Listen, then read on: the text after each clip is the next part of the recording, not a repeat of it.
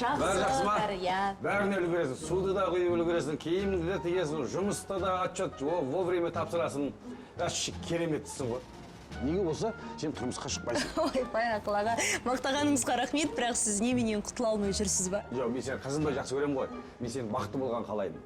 Мысалы, саған да бір керемет жігіт.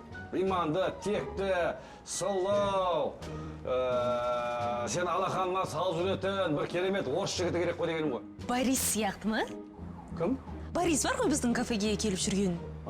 Борис, Борис. Иә, бірақ оның қасында Женеде керемет жігіт қой дегенім. Қарасы красавчик. Мастер спорта, черный пояс, 12-й дан, 300 отжимания, 500 приседания жасайды. Өте қолынан бал танып тұр ғой. Міне, пожалуйста. Ақылды болмаса да, бірақ золотые руки.